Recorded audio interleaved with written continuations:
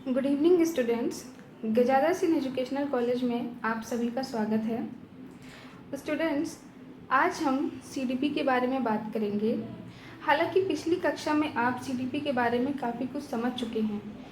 इसके इम्पोर्टेंस के बारे में, सिलेबस के बारे में, पेपर पैटर्न के बारे में आपने समझा था कि सीडीपी की कक्षा जो होगी आपकी, तो वो इसलिए ज़्यादा इम्पॉर्टेंट है क्योंकि आपकी परीक्षा 50 मार्क्स की होगी, जिसमें से आपको 25 मार्क्स लाना बहुत ही ज़रूरी है, कंपलसरी है। इसके बिना आप फेल हो जाएंगे।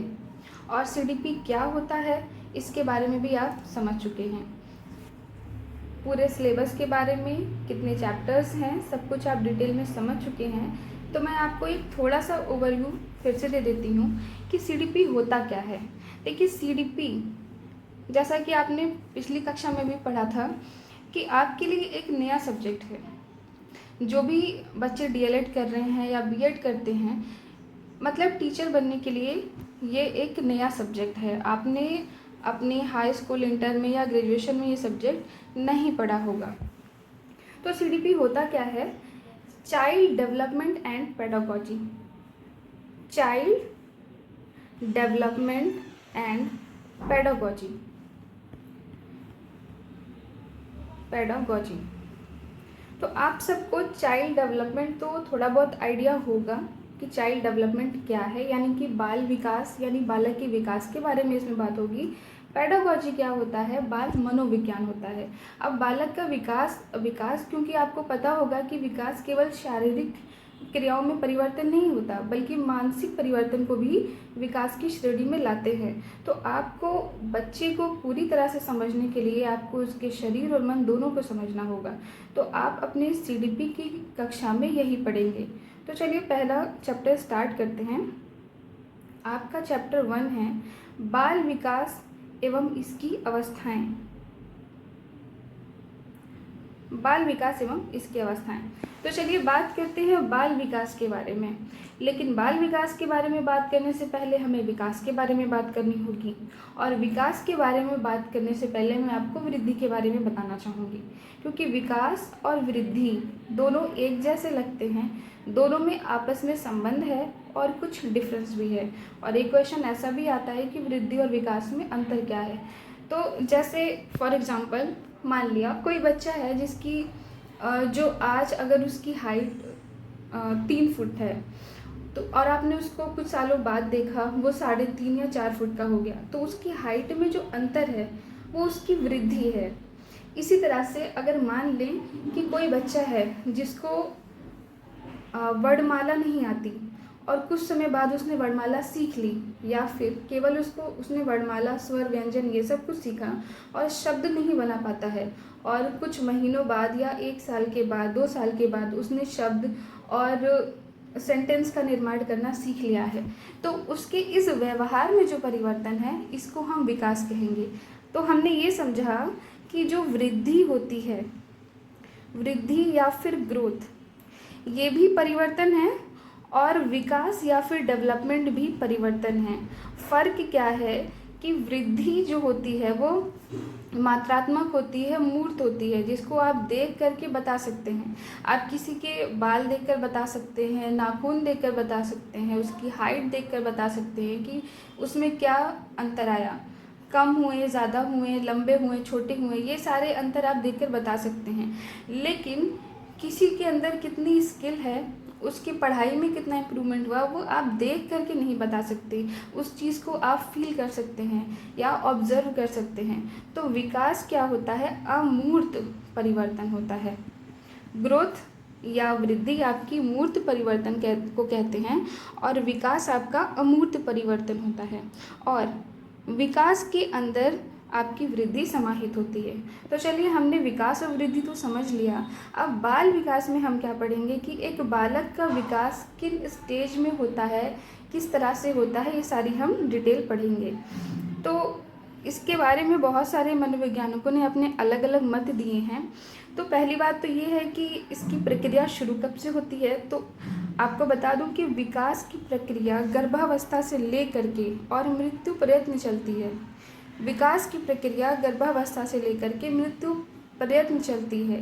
एक जो फेटस होता है वो बच्चे में परिवर्तित होता है, फिर जब बर्थ के बाद से वो शिशु, फिर उसके बाद वो बाल अवस्था में, किशोर अवस्था में, युवा अवस्था में, प्रौढ़ अवस्था में, और जीवन प्रयत्न उसके विकास की प्रक्रिया चलती ही रहती है। मनुष्य कुछ ना कुछ सीखता ही रहता है और परिवर्तन उसमें होता ही रहता है। लेकिन हम यहाँ पे बात कर रहे हैं बाल विकास की, तो हम कहेंगे कि गर्भावस्था से लेकर के युवावस्था, क्योंकि युवावस्था में अब बालक बालक नहीं रहा, तो बाल विकास की क्रिया आपकी युवावस्था तक चलने वाली क्रिया है। और केवल अगर विकास की बात करें तो जीवन पर्यंत चलने वाली क्रिया है। तो गर्भावस्था से लेकर के युवावस्था और परिपक्व अवस्था, युवावस्था को ही परिपक्व अवस्था कह सकते हैं, जिसमें आप मैच्योर हो जाते हो, तक के मानव व्यवहार अर्थात शारीरिक व मानसिक क्रियाओं में होने वाले क्रमिक परिवर्तन, उनके स्वरूप, समय और कारण, इन सब का जो वैज्ञानिक अध्ययन होता है वो हम बाल मनोविज्ञान में पढ़ते हैं। बाल विकास के मनोविज्ञान शाखा में हम क्या पढ़ते हैं? तो हमने बात किया कि विकास जो होता है वो परिवर्तन है, और ये परिवर्तन, इसके अंदर वृद्धि भी समाहित है, तो शारीरिक और मानसिक दोनों ही क्रियाएं समाहित होंगी। और परिवर्तन कैसा होगा? क्रमिक परिवर्तन होगा। फॉर एग्जाम्पल कि अगर कोई बच्चा दौड़ रहा है तो दौड़ने से पहले उसने चलना सीखा होगा, अगर चल रहा है तो चलने से पहले उसको खड़े होना सीखना होगा, और खड़े होने से पहले उसे घुटनों के बल बैठना सीखना होगा। तो ये सारी क्रियाएं एक क्रमिक परिवर्तन है। जैसे आप CDP में भी जब बच्चों को पढ़ाने के लिए देखोगे तो उसमें एक LSRW रूल चलता है, मतलब जो बच्चा की जो सीखने की प्रक्रिया है वो इस रूल पर फॉलो करती है। L फॉर होता है आपका लिसनिंग, S फॉर आपका होता है speaking, R for reading and then W for writing. मतलब बच्चा पहले आपको सुनता है, फिर बोलना सीखता है, फिर पढ़ना सीखता है, और सबसे लास्ट में लिखना सीखता है। आप चाहे कितना भी जतन कर लो, कितनी भी कोशिश कर लो, ऐसा नहीं हो सकता कि बच्चा पहले लिखना सीखे और बाद में पढ़ना या बोलना सीखे। तो विकास की जो क्रियाएं होती हैं ये क्या क्रमिक परिवर्तन में होती हैं। नेक्स्ट, बाल विकास को बाल मनोविज्ञान की भी संज्ञा देते हैं, क्योंकि मैंने बताया कि विकास के अंदर आपका मन का विकास भी आता है और शरीर का भी विकास आता है। तो आप इन शॉर्ट दोनों को एक ही शब्द कह सकते हो, या यूँ कहो कि बाल विकास बाल मनोविज्ञान का एक विकसित रूप है। क्योंकि बाल मनोविज्ञान में आप केवल मन के विज्ञान की बात कर रहे हो, जबकि विकास में आप उसके मन के साथ साथ उसके शरीर के, उसके संवेग यानी इमोशंस के, उसके जो सोशल इमेजेस हैं, ओवरऑल सारे डेवलपमेंट की बात करते हो। तो बाल विकास बाल मनोविज्ञान का एक विकसित रूप है। और एक प्रसिद्ध अमेरिकी महिला मनोवैज्ञानिक एलिजाबेथ हरलॉक ने भी कहा था कि विकास की कुछ पहलुओं की बजाय बाल विकास में बालक के संपूर्ण प्रतिमान और समस्त क्रियाओं पर ध्यान केंद्रित करने पर बल दिया जाता है। तो अतः इसका बाल मनोविज्ञान का नाम ही बदलकर हमने बाल विकास कर दिया है। इसको आप चाइल्ड साइकोलॉजी को अब आप क्या CDP बोलते हो। ओके, नेक्स्ट, इसमें किन किन चीज़ों की बात होती है? तो बाल विकास में आप मुख्यतः बालक के व्यवहार के बारे में बात करते हो, उसकी रुचियों के बारे में बात करते हो, उसके लक्ष्यों के बारे में बात करते हो, और उनमें जो विशिष्ट परिवर्तन होते हैं उनकी खोज पर बल देते हो कि अगर किसी के एक बच्चा अगर बहुत ज़्यादा क्यूरियस है या फिर एक बच्चा बहुत गुमसुम रहता है तो उसका क्या कारण है। क्योंकि जो बाल विकास की शाखा है वो यही कहता है, साइकोलॉजी यही कहती है कि अगर किसी भी व्यक्ति का अगर कोई बिहेवियर है तो हर उस बिहेवियर के पीछे कोई ना कोई कारण छिपा होता है। ये आप आगे के चैप्टर में पढ़ोगे, जिसमें आप पढ़ोगे कि हमारे माइंड के जो 3 रूप होते हैं, तो उसमें एक आपका अवचेतन मन होता है, अवचेतन मन।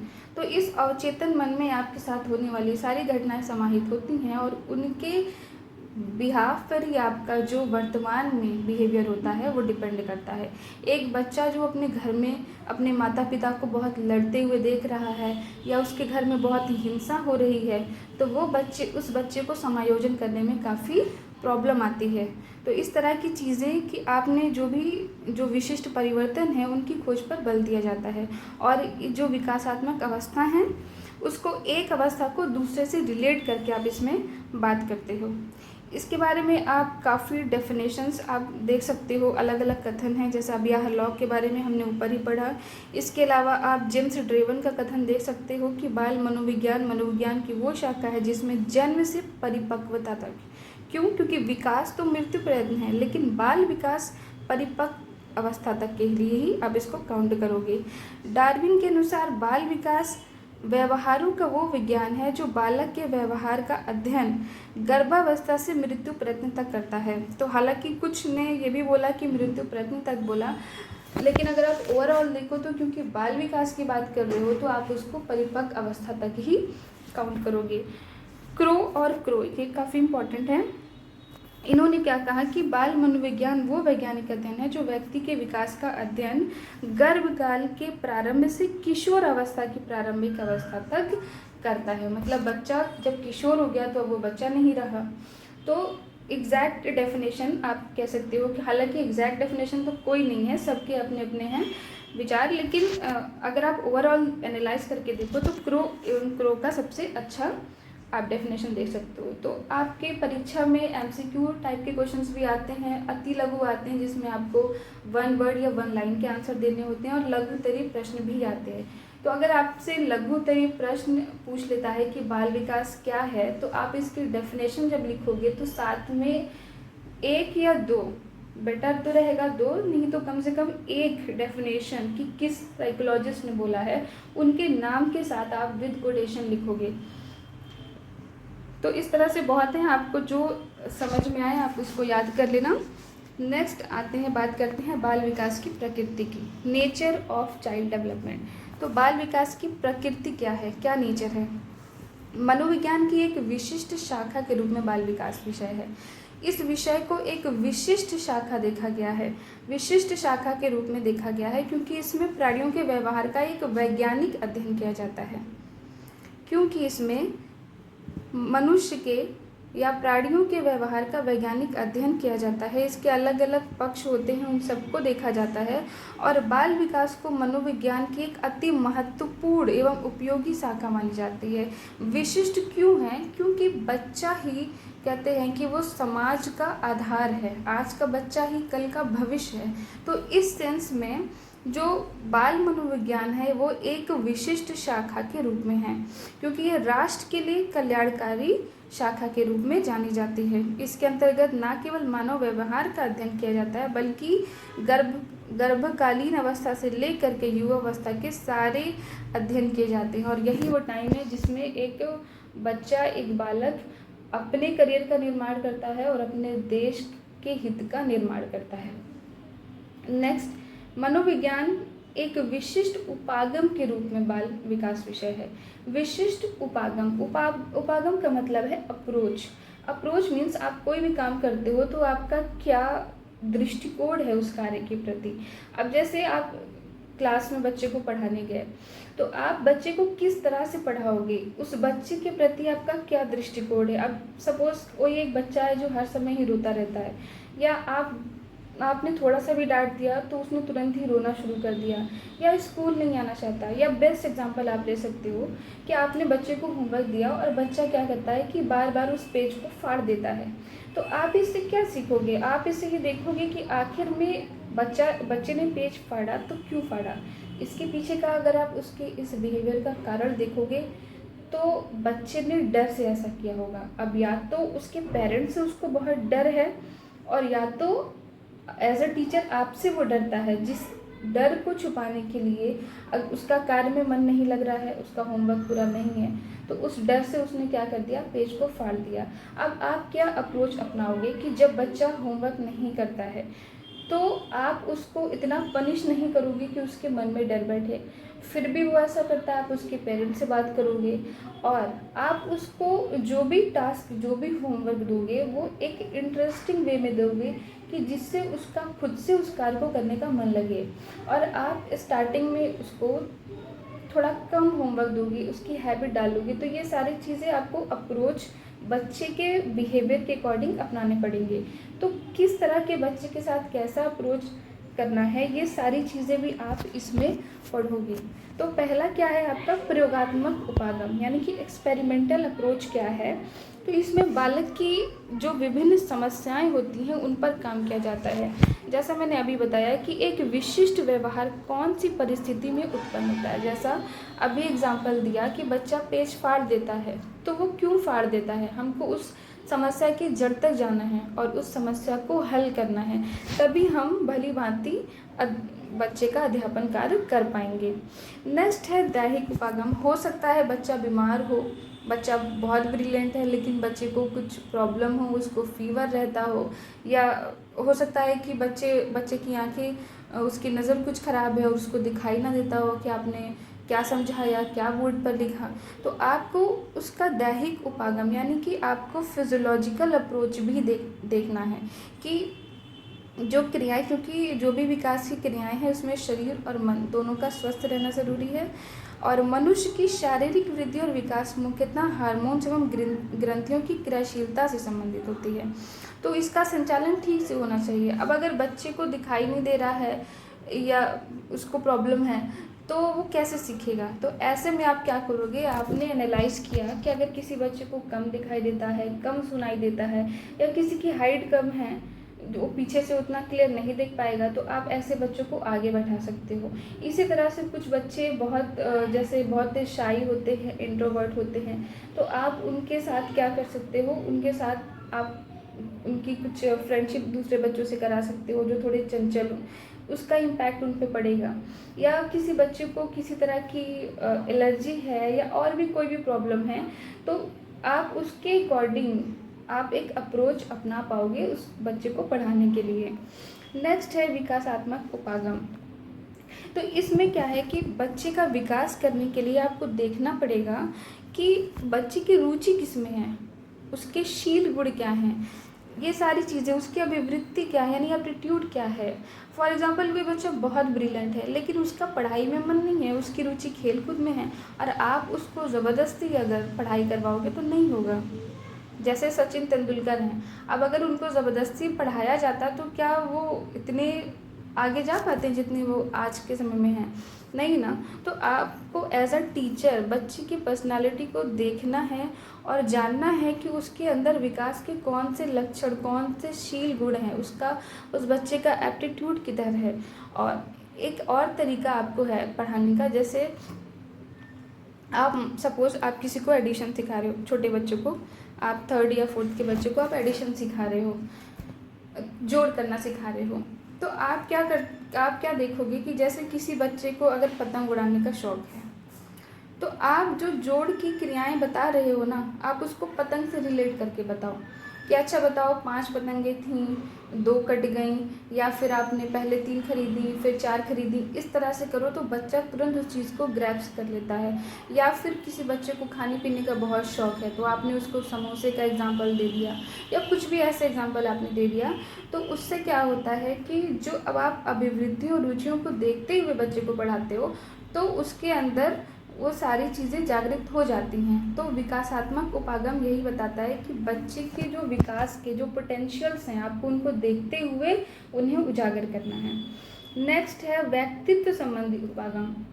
आपकी पर्सनैलिटी, तो पर्सनैलिटी क्या होती है, आपकी पर्सनैलिटी में आपका इंटरेस्ट, आपका एप्टीट्यूड, आपका इंटेलिजेंस, आपकी हेल्थ, मेंटल हेल्थ, ओवरऑल सबका एक समरी होता है। तो ओवरऑल आपकी हैबिट सब कुछ इंक्लूड करके एक बच्चा क्या है उसके अकॉर्डिंग उसको पढ़ाना, ये आपका क्या बताता है, व्यक्तित्व संबंधी उपागम है। कि बच्चे, क्योंकि जैसे सपोज़ कोई बच्चा एडजस्ट करने में उसको प्रॉब्लम होती है, तो और उस दूसरी ओर जैसे कोई एक बच्चा खेल कूद में बहुत इंटरेस्टेड है, दूसरा बच्चा पढ़ाई में बहुत इंटरेस्टेड है, वो आपस में किस तरह से समायोजित कर सकते हैं। तो आपको ऐसे ग्रुपिंग भी अगर आप बनाते हो, या फिर आपने एक कमज़ोर बच्चा, उसको हेल्प के लिए आपने एक ब्रिलियंट बच्चे को साथ में रख दिया, तो उसकी पर्सनालिटी में भी काफ़ी हद तक समानताएं आ जाएंगी, वो बैलेंस में हो जाएंगे।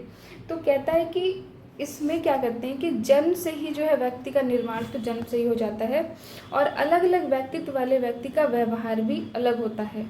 एक तो हो गया कि आपके व्यवहार जो हैं वो आपके साथ किसी घटना का रिजल्ट होते हैं, और दूसरा ये भी होता है कि आपकी पर्सनालिटी जैसी है। फॉर एग्ज़ाम्पल, अगर आप एक ही समान आंच पर या ताप पर आप गाजर को उबालो, आप अंडे को उबालो और आप पानी को उबालो, तो आप क्या देखोगे, आपने एक ही टेम्परेचर पे रखा, लेकिन गाजर जो पहले सख्त था वो क्या हो गया, सॉफ्ट हो गया। इसी तरह से आपने अंडा जो पहले सॉफ्ट था वो बाद में क्या हो गया, सख्त हो गया, और पानी पे थोड़ा बहुत अंतर पड़ा, बाद में वो फिर से उसी रूप में आ गया। तो ये एक पर्सनालिटी होती है कि सेम कंडीशन पे रखते हुए भी पर्सनालिटी डिफ़र करने की वजह से जो बच्चे ने जो सीखा वो रिज़ल्ट अलग अलग होता है। आप एक सेम ही टीचर दो बच्चों को पढ़ा रहा हो, सेम कंडीशन में रखा हो, फिर भी रिज़ल्ट दोनों के सेम नहीं हो सकते, क्योंकि पर्सनालिटी भी काफ़ी हद तक इफ़ेक्ट करती है।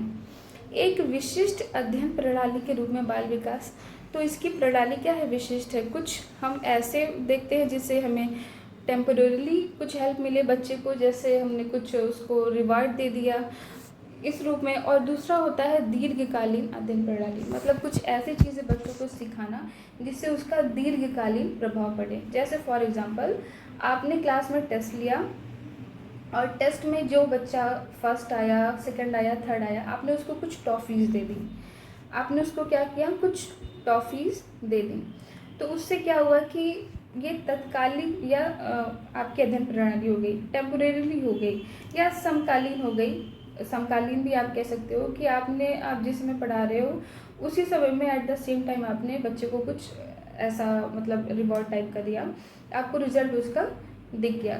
दूसरा आपने क्या किया कि आपने बोला कि आप पूरे वीक में या पूरे मंथ का आप जो टेस्ट लोगे, या आपने कहा कि देखते हैं कि कौन सा बच्चा सबसे नीट एंड क्लीन है, मैं उसको एक अवार्ड दूंगी, लेकिन वो अवार्ड मंथ के लास्ट में मिलेगा। यानी डेली आप स्कोर बनाओगे बच्चे का कि आज कौन से बच्चे को कितने ग्रेड या मार्क्स मिले सफाई पे, कल किसको मिले, परसों किसको मिले, एंड ओवरऑल मंथ के लास्ट में जिसके सबसे ज़्यादा स्कोर बने फिर आपने उसको रिवॉर्ड दिया। तो पूरे मंथ तक ऐसा करते करते वो बच्चे की हैबिट बन जाएगी, फिर उसको अवार्ड या रिवॉर्ड नहीं भी मिलेगा तो भी उसको सफाई करने की आदत पड़ चुकी होगी। तो दो तरह की जो है वो चीज़ें होती हैं इसमें, एक तो आपको टेम्परेरी सोल्यूशन देखना होता है और एक आपका परमानेंट सोल्यूशन होता है। इसके बारे में भी आप आगे के चैप्टर में डिटेल्स में पढ़ोगे। अब अभी तक आपने बाल विकास के बारे में जितना पढ़ा, जितना समझा, उस बेस पर आपको इसमें इसकी विशेषताएं बतानी होगी। तो बाल विकास की विशेषताएं या फिर कैरेक्टरिस्टिक्स क्या होती हैं। सबसे पहले आपने यही देखा कि बाल विकास क्या है, मनोविज्ञान की ही एक शाखा है, उसी का विकसित रूप है। दूसरा कि ये एक व्यवहारिक विज्ञान है, क्योंकि आप इसमें मनुष्य के या बालक के व्यवहार का अध्ययन करते हो, उसकी खोज करते हो कि कोई पर्टिकुलर बिहेवियर है तो उसके पीछे क्या रीज़न है। तीसरा है ये एक विधायक और नियामक विज्ञान है, क्योंकि आपने पढ़ा था ना कि विकास क्या है, वो क्रमिक परिवर्तन है। इसमें एक के बाद एक चीज़ें फिक्स होती हैं, जैसा मैंने अभी आपको बताया था LSRW रूल के बारे में। तो ये विधि के तहत होती हैं और नियम पूर्वक होती हैं। फिर है बालक के व्यवहार के विभिन्न पक्षों के बारे में, मतलब उसके एप्टीट्यूड के बारे में भी, इंटरेस्ट के बारे में भी, इन सब का अध्ययन करते हैं। इसके अंतर्गत संज्ञानात्मक, संवेगात्मक एवं क्रियात्मक पक्षों का अध्ययन करते हैं। तो अब देखो, क्रियात्मक मतलब जो भी बच्चा कार्य कर रहा है, कार्य करने की जो क्षमता है वो पक्ष हो गया। संवेग यानी इमोशंस या फीलिंग्स, उसकी जो भी पर्टिकुलर फीलिंग्स है, जैसा मैंने आपको एग्जांपल दिया था कि बच्चा डर के पेज फाड़ देता है, एक वो हो गया। और संज्ञानात्मक का क्या मतलब होता है, संज्ञानात्मक का मतलब, संज्ञा मीन्स जैसे पहचान, तो संज्ञानात्मक का मतलब कि बच्चे को पहले से क्या पता है। फॉर एग्जांपल आप बच्चों को बताते हो कि अच्छा हरा सेब और लाल सेब, तो हरा और लाल सेब बताने से वो बच्चों को इजीली अगर तब समझ में आएगा जब बच्चे को पता हो कि सेब क्या होता है। अगर बच्चे ने सेब या एप्पल देखा हुआ है तो उस चीज़ को फिर वो हरा या लाल सेब को आसानी से इमेजिन कर पाएगा, ठीक है। और दूसरी तरफ अगर कोई जैसे ड्रैगन फ्रूट आपने बोल दिया और बच्चे ने नहीं देखा तो उस चीज़ को वो इमेजिन नहीं कर पाएगा। तो बालक के सीखने के लिए क्या होता है कि जो चीज़ें उसको पता हैं, यानी जो चीज़ें उसके संज्ञान में हैं, उससे रिलेट करके पढ़ाने में उसको ज़्यादा समझ में आता है और इससे उसका डेवलपमेंट भी निर्भर करता है। तो जब भी बच्चों को पढ़ाते हैं तो हमेशा ही उन चीज़ों से रिलेट करके पढ़ाना चाहिए जो उसको पता है। जैसा अभी मैंने मैथ्स के भी एग्जांपल में दिया कि आप बच्चे को जोड़ सिखा रहे हो तो आप उसको टॉफ़ी का एग्जांपल दे करके, पतंग का एग्जांपल दे करके, या कोई भी चीज़ जिसको बच्चे ने अपनी लाइफ में देखा है, जो उसके संज्ञान में है, उससे रिलेट करके पढ़ाना होता है। इसका केंद्र बिंदु बालक होता है। बाल विकास क्या कहता है कि अगर एक भी बच्चा असफल हुआ तो असफल बच्चा नहीं, उसका टीचर हुआ, क्योंकि हर बालक जो है वो एक कोरा कागज़ है और आप उस पर जो चाहे वो लिख सकते हो। तो कोई भी बालक असफल नहीं हो सकता अगर उसको आप आगे की कक्षाओं में पढ़ोगे, जोन ऑफ प्रॉक्सिमल डेवलपमेंट बोलते हैं। तो उसमें क्या होता है कि ये बताया जाता है कि अगर किसी को भी विकास की, अगर उसकी जो क्षमता है उसके अकॉर्डिंग अगर उसको वातावरण मिल गया तो वो असफल नहीं होगा। तो इसमें बालक को केंद्र माना गया है, पहले की तरह नहीं कि जो शिक्षक है उसको सर्वे सर्वा माना जाए, बल्कि बालक को इसमें केंद्र बिंदु माना गया है। इसमें शिक्षा संबंधी समस्याओं का मनोवैज्ञानिक समाधान ढूंढा जाता है। ये अधिगम करता यानी सीखने वाले के सीखने के अनुभवों की विवेचना करते हैं। जैसा अभी संज्ञानात्मक के बारे में आपको बताया कि जो सीखने वाला है उसका अनुभव भी कितना है, उसको पहले से कितनी चीज़ें आती हैं, तो ये काफ़ी हेल्पफुल होता है उसको आगे की चीज़ें सिखाने में। जैसे आप बच्चे को अगर सेब के बारे में बता रहे हो तो एटलीस्ट उसको ये तो पता होना चाहिए कि फ्रूट्स क्या होते हैं।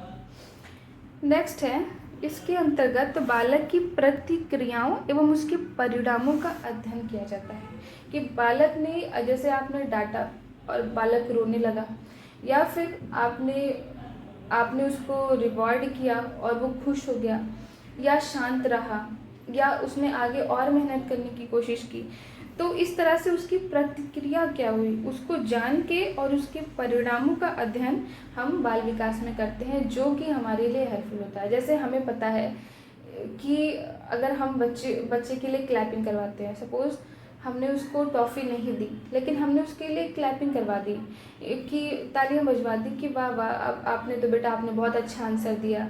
या फिर बच्चों को जब हम उनकी कॉपीज़ चेक करते हैं तो गुड, वेरी गुड, ये सब देने का एक यही कारण है कि जिससे बच्चा और मोटिवेट होगा और उससे क्या होगा, उसकी प्रतिक्रिया ये होगी कि वो और भी ज़्यादा अपने आप को अच्छा करने की कोशिश करेगा। तो उसके परिणाम क्या होंगे, परिणाम ये होगा कि वो आगे और मेहनत करेगा और आगे और बढ़ने की कोशिश करेगा।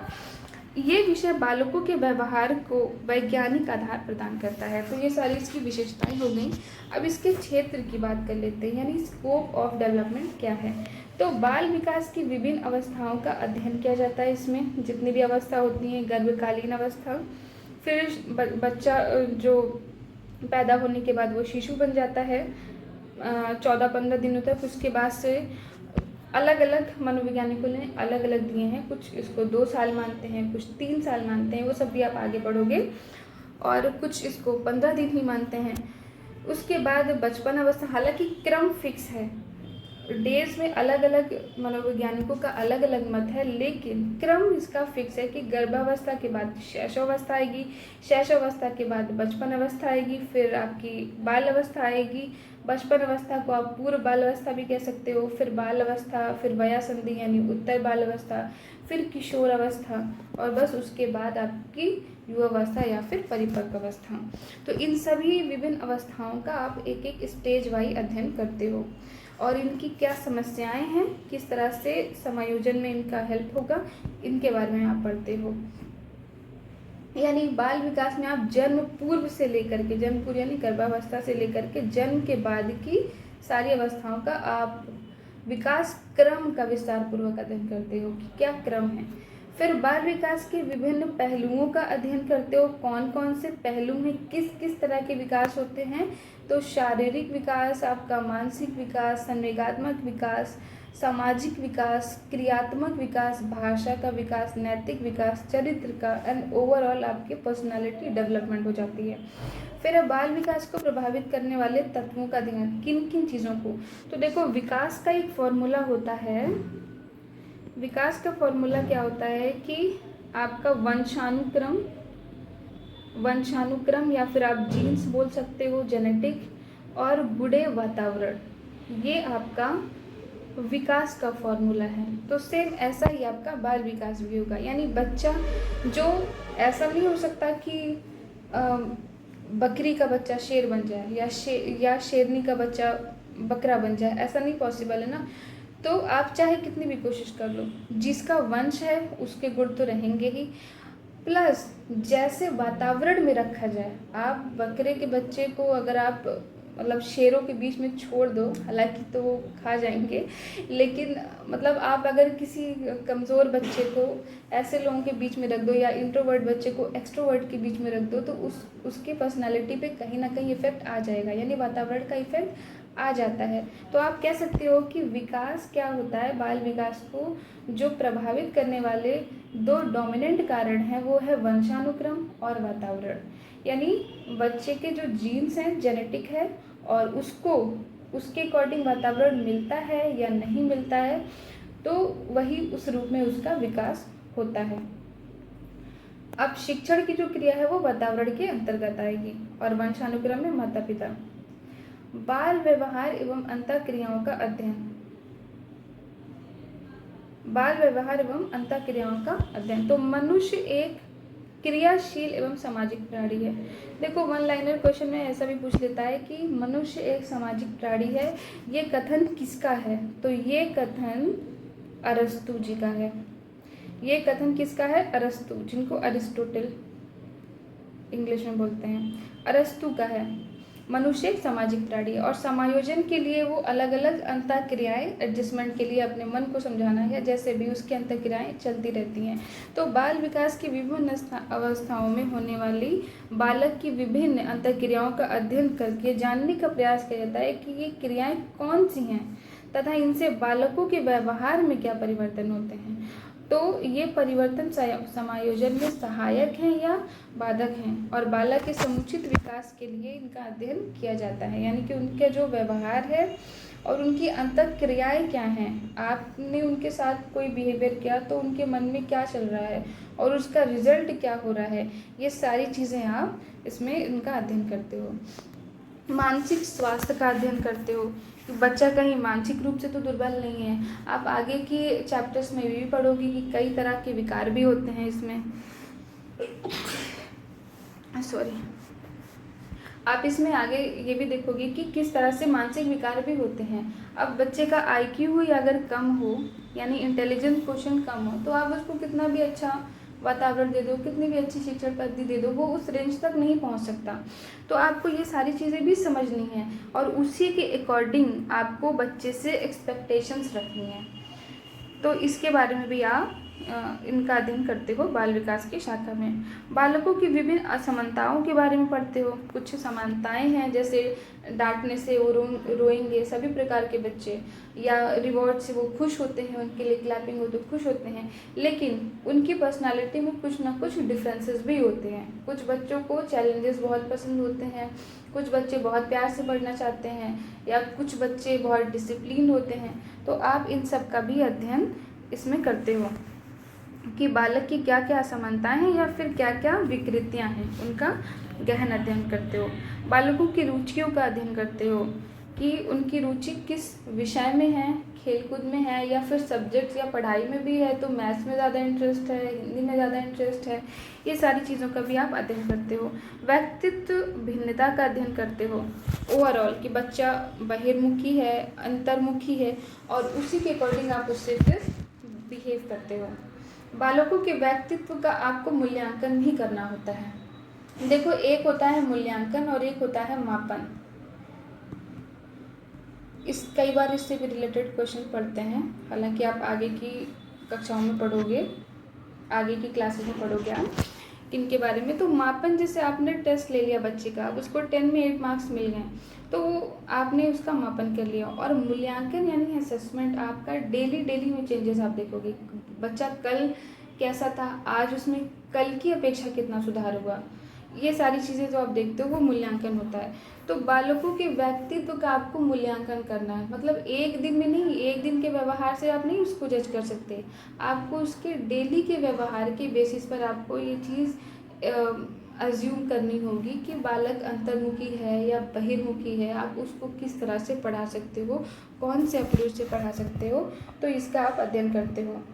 विभिन्न मानसिक क्रियाओं का अध्ययन करते हो कि जो मनुष्य के जो मन है उसकी भी कई क्रियाएं होती हैं, जैसे आप पढ़ते भी हो, याद करना, रटना, समझना, याद रखना, ये कई सारी क्रियाएं हैं। तो इन सब का भी अध्ययन आप करते हो और विभिन्न आयु स्तर पर इनका मानसिक विकास क्या है, मतलब किस समय, जैसे जो बच्चा छोटा होता है जब 5-6 साल की उम्र तक या 7 साल की उम्र तक कह सकते हो, तो उसमें बच्चे की रटने की क्षमता बहुत होती है। तो बच्चा रटता है, समझने की क्षमता इतनी नहीं होती। तो इसीलिए जो छोटे क्लास के बच्चे होते हैं, नर्सरी के प्रेप के बच्चे होते हैं या फिर केजी के बच्चे होते हैं, तो हम उन्हें इतना समझाते नहीं हैं। हम ABCD याद कराते तो हम उन्हें गा गा के सिर्फ या फिर कविता के माध्यम से, बच्चा समझे ना समझे, उसकी रटने की क्षमता बढ़ती है।